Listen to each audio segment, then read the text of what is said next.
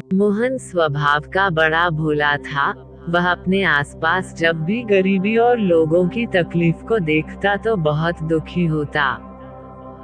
उसने कहानियों में तो सुना था तपस्या से प्रसन्न होकर ईश्वर वरदान देते हैं, क्यों ना मैं भगवान से कुछ वरदान प्राप्त करूं और दीन दुखियों की सेवा करूं।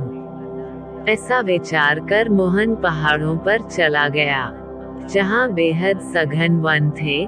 धूप कभी कभी जमीन को छुपाती थी।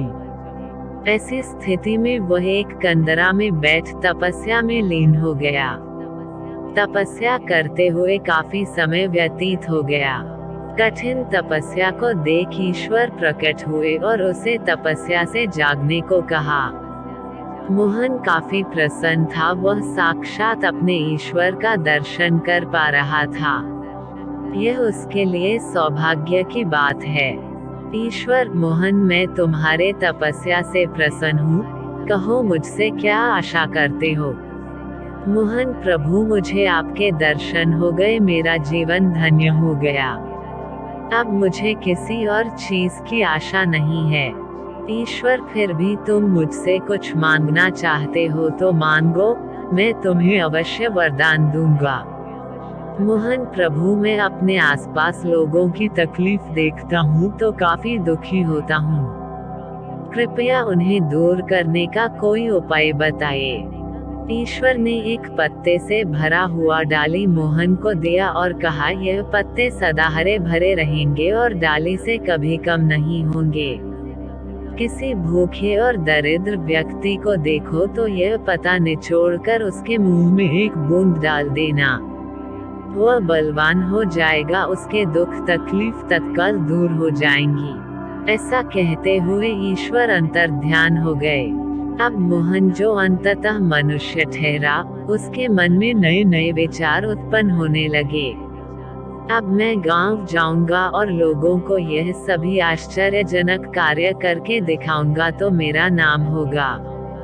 लोग मुझे गांव का सरपंच बना देंगे, इतना ही नहीं कुछ जिला का विधायक बना देंगे। ऐसी ऐसी अनेकों कल्पना उसके मन में चलने लगी। जब इस कल्पना से मोहभंग हुआ तो वह सोचे लगा, कहीं मेरी जग हंसाई ना हो। ईश्वर ने जो वरदान दिया उसे एक बार आजमा कर देख तो लूं। अब मोहन ऐसा साधन ढूंढने लगा जिस पर उस पत्ते के करिश्मा को देखा जा सके। जंगल में चलते चलते उसे एक भूखा प्यासा दुर्बल, जिसकी हड्डियां बाहर दिख रही थी, ऐसा शेर वहां बेहोशी की अवस्था में पड़ा था। मोहन को उस पत्ते के करिश्मा को देखने का अवसर आ गया था। झटपट पत्ते को निचोड़ा और एक बूंद शेर के मुंह में डाल दिया। जैसे ही एक बूंद शेर के मुंह में गिरा, वह बलवान होकर खड़ा हो गया और सामने मोहन को पाकर अपना भूख मिटाने की सोची। क्योंकि भूख की अवस्था से ही तो वह मूर्छित बेहोश पड़ा था। अब कुछ समय में मोहन की जीवन लीला समाप्त हो गई थी। निष्कर्ष: महत्वाकांक्षी लोग क्षणिक स्वार्थ के लिए अपने विवेक खो देते हैं। वो यह भी नहीं सोच पाते कि उनका इस कार्य से अहित हो सकता है। ऐसा ही मोहन के साथ हुआ। उसने शेर को जीवित करने से